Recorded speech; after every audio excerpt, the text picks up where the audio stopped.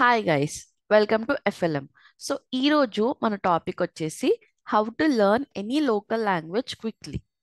So ఇప్పుడు మనం చూసుకుంటే మన ఇండియాలోనే ఎన్ని లాంగ్వేజెస్ ఉన్నాయండి?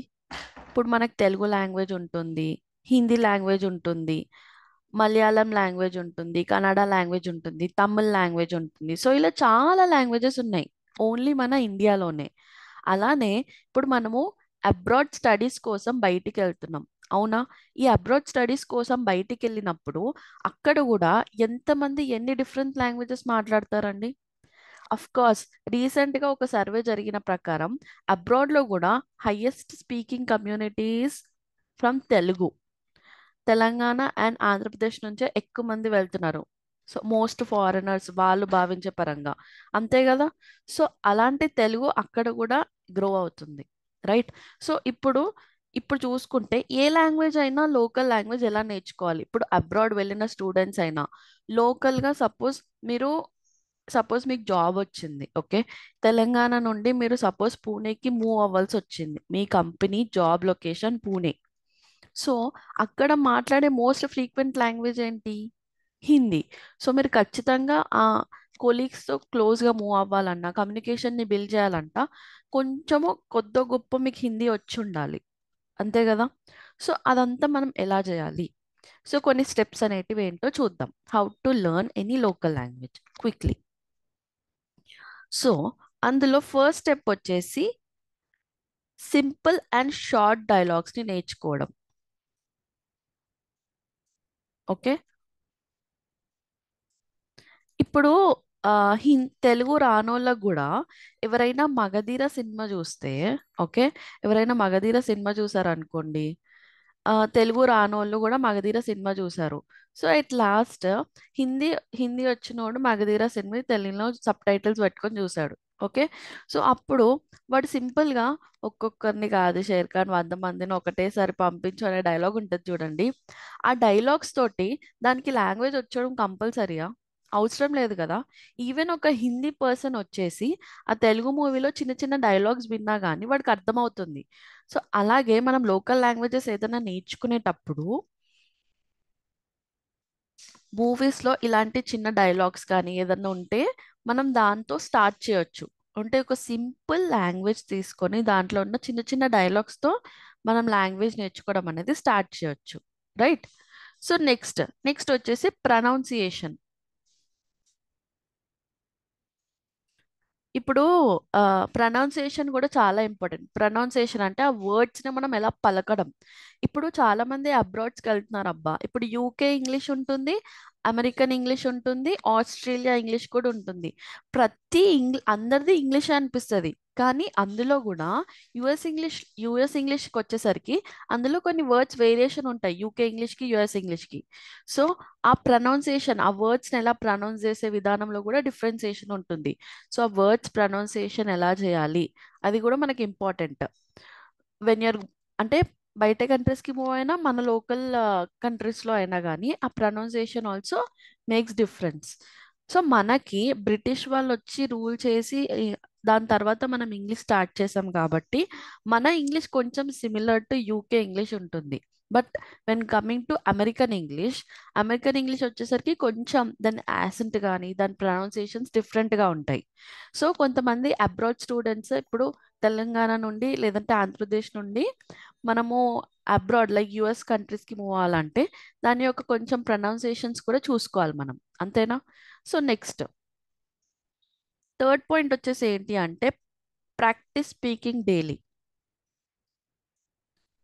మీకు తెలుసో లేదో కానీ దెర్ ఇస్ అ సేయింగ్ కదా, అంటే ప్రాక్టీస్ మేక్స్ మ్యాన్ పర్ఫెక్ట్ అని. అంటే మనం ఎంత బాగా మాట్లాడతామో, ఎంత రోజు మనం ఆ లాంగ్వేజ్లో ట్రై చేయనీకి ఉంటుందో. చాలామంది ఈ రోజు నేను ట్రైన్లో కూడా ట్రావెల్ చేశాను రీసెంట్గా. సో అప్పుడు నేను ఏం చదువుకున్నా అంటే ఒక అంకుల్ అంటే నా ముంగట కూర్చొని how to learn Canada in 90 days అని కూర్చున్నాడు. సో ఏదైనా లాంగ్వేజ్ మనం కన్సిస్టెంట్గా 90 days చేస్తే 91st డే నుండి మనం అది స్పీక్ చేయలేమంటామా? అంటే అది మాట్లాడలేమా చెప్పండి? మాట్లాడగలం కదా. ఈ మధ్య అందరూ ఏదైనా 21 days చేస్తే చాలు ఫర్ యువర్ కన్సిస్టెన్సీ అని చెప్తున్నారు. అవునా? సో 21 డేస్లో ఈజీగా ఒక లాంగ్వేజ్ పైన మీరు కన్సిస్టెంట్గా నేర్చుకుంటే 90 డేస్ ఈజీగా మీరు కన్సిస్టెంట్గా కూర్చోగలరు. సో 90 డేస్లో మీరు ఒక ఏ లాంగ్వేజ్ అయినా నేర్చుకోవచ్చని ఈవెన్ కొన్ని సర్వేస్ కూడా చెప్పాయి. సో ఏదైనా ప్రాక్టీస్ చేయండి, స్పీక్ చేయడం కానీ. ఇప్పుడు మిర్రర్లో చూసుకొని మిమ్మల్ని మీరు లైక్ ఆ టాపిక్ పైన, స్పెసిఫిక్ టాపిక్ పైన మాట్లాడడానికి ట్రై చేయండి. లేదంటే మనకి యాప్స్ ఉన్నాయి, ఇలా డ్యూలింగో అని, ఓకే, లేదంటే బాబే అని, ఇలాంటి యాప్స్ ఉన్నాయి. సో ఇందులో కూడా మీకు ఒకవేళ లాంగ్వేజెస్ కనుక రాకపోతే సో దాంట్లో కూడా మీరు నేర్చుకోవచ్చు. ఓకే. సో నెక్స్ట్ ఏంటి? Immense your self.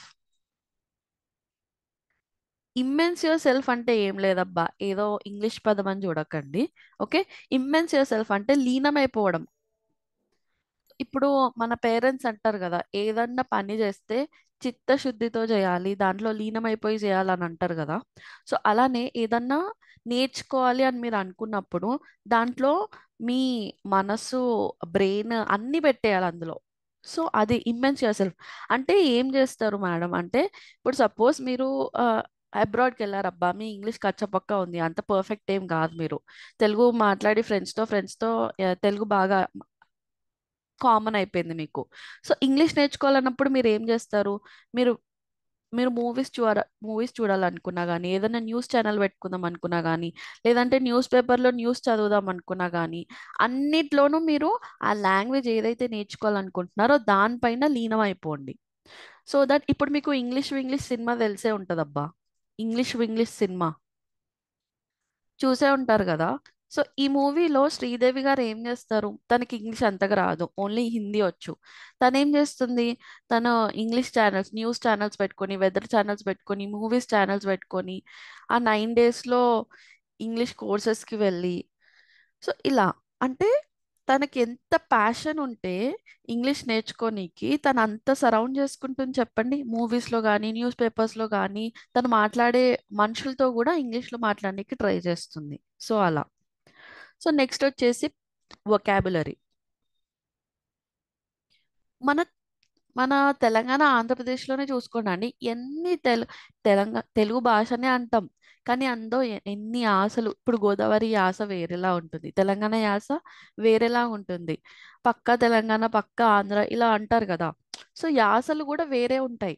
ఒక లాంగ్వేజ్ని మనం నేర్చుకోనికి ట్రై చేసినప్పుడు ఆ యాస అంత కాంప్లెక్స్గా వెళ్ళకుండా ఎగ్జాక్ట్గా లైక్ మన ఏ ఏ డెస్టినేషన్కి వెళ్తున్నాం. సపోజ్ యుఎస్ డెస్టినేషన్ అని అనుకున్నాం కదా మనం ఇందాక. సో దాని యొక్క వొకాబులరీ ఎలా ఉంది, దాని యొక్క ప్రొనౌన్సియేషన్స్ అండ్ వొకాబులరీ ఎలా ఉంది, అది చూసుకొని మనం మాట్లాడితే సరిపోతుంది. అన్నీ ఒకటేసారి నేర్చుకోనికి ట్రై చేసినా కానీ మనకు అది అవ్వదు. ఓకే. సో నెక్స్ట్ వచ్చేసి హ్యావ్ ఫన్ వైల్ లెర్నింగ్. ఫన్నా? లాంగ్వేజ్ నేర్చుకోవడంలో ఫన్ ఏంటి మేడం, చెప్తా. ఇప్పుడు ఆ, నాకు నిజంగా నాకు కన్నడ, తమిళ్ అవేం రాదు. కానీ రీసెంట్గా మంజుమల్ బాయ్స్ సాంగ్స్ విన్నారు కదా. సో అది వేరే లాంగ్వేజెస్లో కూడా నాకు చాలా నచ్చినాయి. సో అంటే అలానే ఇప్పుడు మనము వేరే లాంగ్వేజెస్ తెలియకపోయినా కానీ అందులో కొన్ని సాంగ్స్ వినడం కానీ, లేదంటే అందులో ఏదైనా కుకింగ్ రెసిపీస్ కూడా మనకు ఒక్కొక్కసారి వాళ్ళకు భాష చెప్పలేకపోయినా ఈజీగా మనకు కన్వే అవుతాయి. అంతేనా? సో కుకింగ్ వీడియోస్ చూసేటప్పుడైనా, లేదంటే ఏదైనా మూవీస్ అయినా అబ్బా. ఇప్పుడు చాలా మంది కొరియన్ మూవీస్ చూస్తారు, మీకు తెలుసో లేదో. కానీ ఎవరికైనా కొరియన్ లాంగ్వేజ్ వచ్చా అసలు? బీటీఎస్ అంటారు, కొన్ని అంటారు. సో వాళ్ళకి లాంగ్వేజెస్ ఏం రాదు, అయినా ఏం చేస్తారు వాళ్ళు? సబ్ టైటిల్స్ పెట్టుకొని, సీసీ పెట్టుకొని చూస్తారు, అవునా? సో దీనివల్ల వాళ్ళకి అంటే ఫన్, ఒక లాంగ్వేజ్ నేర్చుకోవడంలో ఫన్ ఎక్కడ ఉంటుందో దాని ద్వారా కూడా మీరు ఒక లాంగ్వేజ్ని నేర్చుకోవచ్చు. ఓకే. సో ఇవి some of the points. So మీరు ఈ పాయింట్స్ కనుక చిన్నగా ఫాలో అయితే మీరు ఏ లోకల్ లాంగ్వేజ్ నేర్చుకోవాలి, అక్కడ ఉన్న ప్రదేశంలో ఏదైనా మీకు లోకల్ లాంగ్వేజ్ నేర్చుకోవాలి నాకు అనిపిస్తుంది అనుకుంటే ఈ స్టెప్స్ని మనం ఫాలో అయిపోతే ఈజీగా నేర్చుకోవచ్చు. Okay. So if you like such type of content, hit on the like, subscribe button. If మీ అబ్రాడ్లో ఉన్న ఫ్రెండ్స్కి కూడా ఈ వీడియోస్ అనేది యూజ్ అవుతుంది అంటే just share this video. Okay. Thank you.